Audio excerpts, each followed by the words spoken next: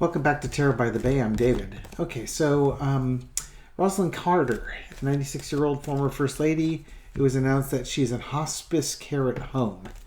I don't know if that means it's the final stages of things.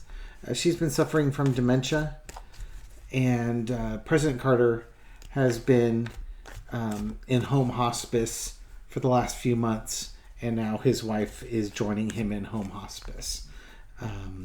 The family were grateful for the time that they've had with them and are glad that they're together again.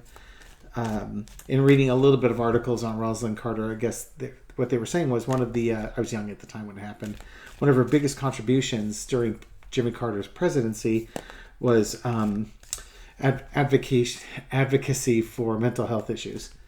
So, okay. So what's the energy around Rosalynn Carter coming home for hospice care? Entertainment purposes only. Well, she's reunited with her husband. Here's the two of them back together again, and you're in hospice care. You're in home hospice care. You're not leaving. So here's your like the twin snakes that they use for the American Medical Association. Here's the two of them, Rosalynn and Jimmy, and this is it. It's the big hurrah for the two of them. What a long life they'd lived together. Yeah, and it's all health related. This is that last big health push. In some ways they probably got her home while she was still healthy enough to come home. And that's where they will spend the rest of their time. She'll be well taken care of. I'm sure they have hospice nurses and hospice volunteers, families there. Basically, mom's home. Let's enjoy the time that we've got left. In the past, we've got the King of Wands. Jimmy Carter being the President of the United States would probably be a real obvious one with this. The two of them, in the 4 years they had in the presidency, they inherited, a hell of a situation with the U.S. economy. You had double-digit inflation, double-digit unemployment. It was a rough time to be the president. He got blamed for a lot of stuff that he really didn't do, but he inherited it. This could also be in the past. This could be a doctor if we're looking at more medical related. Making that decision like, hey, if you want to get her, this is the time to get her. Hell, you can even look at this as God saying, I put these two on the planet and they've done a lot of good, but now is the time that they're done. Current situation, 6 of coins. It seems fair and just that they get to be together again.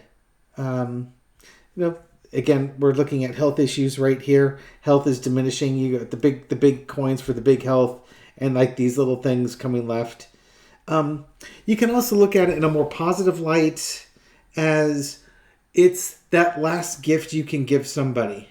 Nobody that I know of wants to die in a hospital bed. They want to die in their home. They want to die in comfortable surroundings. And there's a real stigma in the United States about not having people dying in their house. But I think for her, this was a tender mercy to have that. Again, she's got dementia. It's hard to say what she understands or doesn't understand, but if she can understand her surroundings, she does. Overarching all of this, again, you got the scales of balance here. It's the Justice card. It was honestly, bringing her home was the right thing to do. And they'll be facing, they'll be dying, they'll be having their life reviews, and they're going to look at what they've done with this world and how they've improved it. You will hear me say time and time again that I wouldn't trade places with that guy when their life review comes. These are probably two people who I would trade places with. And since I'm not allowed to trade places with, next best thing is I wouldn't mind being a fly on the wall or a fly in Mike Pence's hair as they have their life review. Because I imagine that their life review is going to be rather positive for the positive contributions that they've done to our society. Yeah, it's time. It's time. Lesson to be learned. It's judgment time. I mean, they're 99 and 96. How much longer do you think they're going to live? And they're in hospice and they're at home. But yeah, a couple months ago I said no. I thought it was imminent, and I was suggesting that you donate money to the Carter Foundation. I think we're still imminent, and obviously we're 2 to 3 months closer to imminency than we were just a while ago. But yeah, this is it. This is it. Time for them to come home. They're coming home. She's come home to Georgia, and she'll be coming home soon with the judgment card on this one. And again, she's going to be... she took care of people, especially with mental health issues, when they were in political office. Her family is going to be taking care of her now. I think she's done a remarkable job as a human being on this planet. I'm going to throw one quick little four-carder here on lessons that we can take away from Rosalynn Carter and her situation. And here's the irony of it. I wasn't even thinking about it till now. Here she is as part of the Carter administration. I'm pausing for a second. In this article, it says, beyond her role as top presidential advisor to Jimmy Carter, Rosalynn Carter became one of the world's leading advocates for mental health care and elevating the role of caregivers in American life. So that's where your Empress card is coming in. That's her and the caregivers, giving care to people that need care. And, the part I was about to say, which is kind of ironic, is she has Alzheimer's, which is, mental health.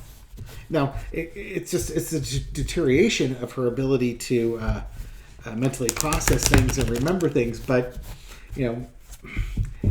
she fought all her life for it, and in some ways, she is a beneficiary of all that she fought for. And trying to remove the stigma from it.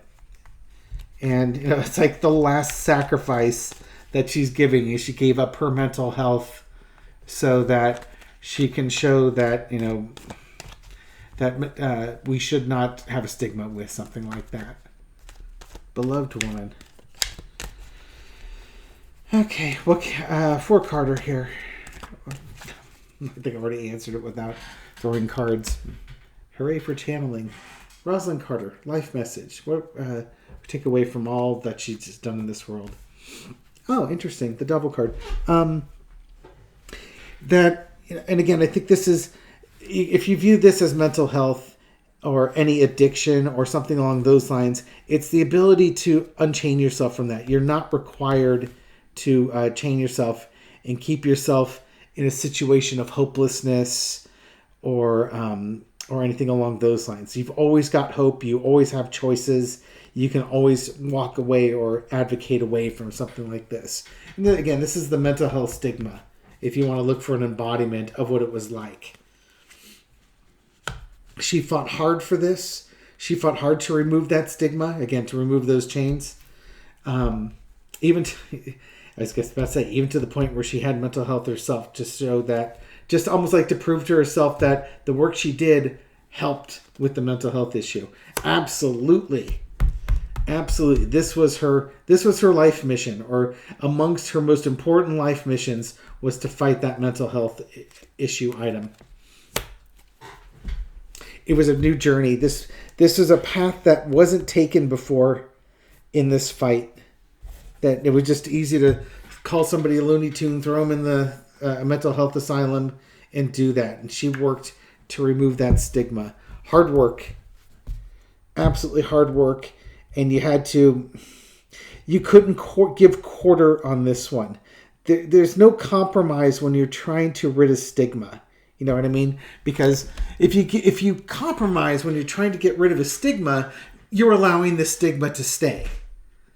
You might be chopping off the extremes, but you're allowing the stigma to stay. And she had the strong enough personality to not allow that to happen, to keep fighting for her cause, keep fighting and winning, so that mental health and the stigmas around mental health could be beaten back to the point where if she developed mental health, she wasn't going to be stigmatized with it.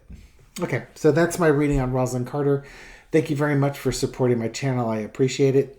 Thank you for everything you do to help my videos get out to new viewers. To those new viewers, welcome to the channel. I'm glad you found us. I hope you found this reading insightful, and I'll catch you on the next one. Take care.